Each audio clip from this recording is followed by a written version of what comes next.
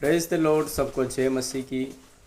मैं एक वचन आपके सम्मुख रखना चाहता हूँ। रोमियो की पत्री उसका 8 अध्याय उसका 12 वचन आपके सामने पढ़ता हूँ। इसलिए हे भाइयों, हम शरीर के कर्जदार नहीं कि शरीर के अनुसार दीन काटे, क्योंकि यदि तुम शरीर के अनुसार दीन काटोगे तो मरोगे, यदि आत्मा से देह की क्रियाओं को मारोगे तो जीवित रहोगे।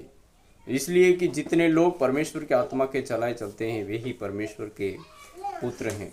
बाइबल इस प्रकार से बताती है कि हम शरीर के कर्जदार नहीं हैं। जितने मसीह यीशु में विश्वास करते हैं वो शरीर के कर्जदार नहीं हैं। शरीर की इच्छाएं पूरी करने के लिए नहीं बुलाए गए हैं, क्योंकि वचन इस प्रकार से कहता है कि जितने मसीह यीशु के हैं उन्होंने लालसाएं और अभिलाषाओं को मसीह यीशु के साथ में क्रूस पर चढ़ा दिया है। हमें हमें हमारे शरीर की लालसाओं और अभिलाषाओं पेटीएम को पर क्रूस के ऊपर यीशु मसीह के साथ में चढ़ाना है। हमारे प्राप्त हुए। शरीर जब हमें आत्मा के काम करने से रोकता है, शरीर अपनी इच्छा पूरी करने के लिए हमें खींचता है, तो हमें उस शरीर की नहीं सुननी है।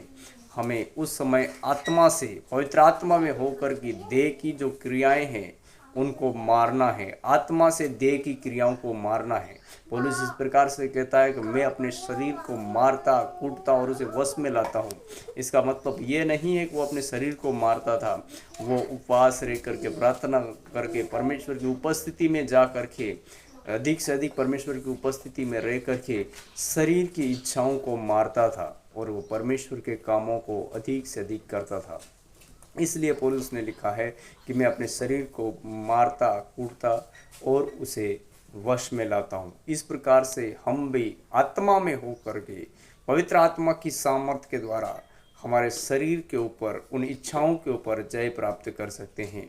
परमेश्वर का आत्मा हमारे साथ है। परमेश्वर ने हमें आत्मा दिया है जो हमें हमें शारीरिक अभिलाषाओं से उससे बाहर निकलने के लिए हमारी मदद करता है।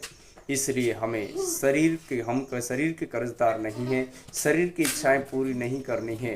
हमें परमेश्वर की इच्छाओं को पूरा करना है और परमेश्वर के कामों को पूरा करना है। जो काम हमें करने के लिए परमेश्वर ने इस संसार के अंदर, इस पृथ्वी पर, इस जगह पर जहाँ जहाँ हम रहते हैं वहाँ पर हमें रखा है परमेश्वर के कामों को प्रकट करने के लिए।